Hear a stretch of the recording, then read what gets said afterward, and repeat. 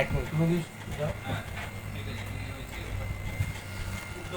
এই মেশিনটা না খুব দারুণ কাজ করে।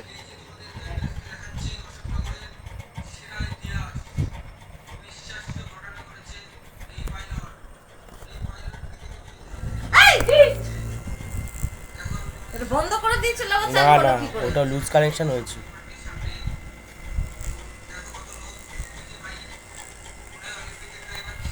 সব বলবো এখন নকল মাল আনে।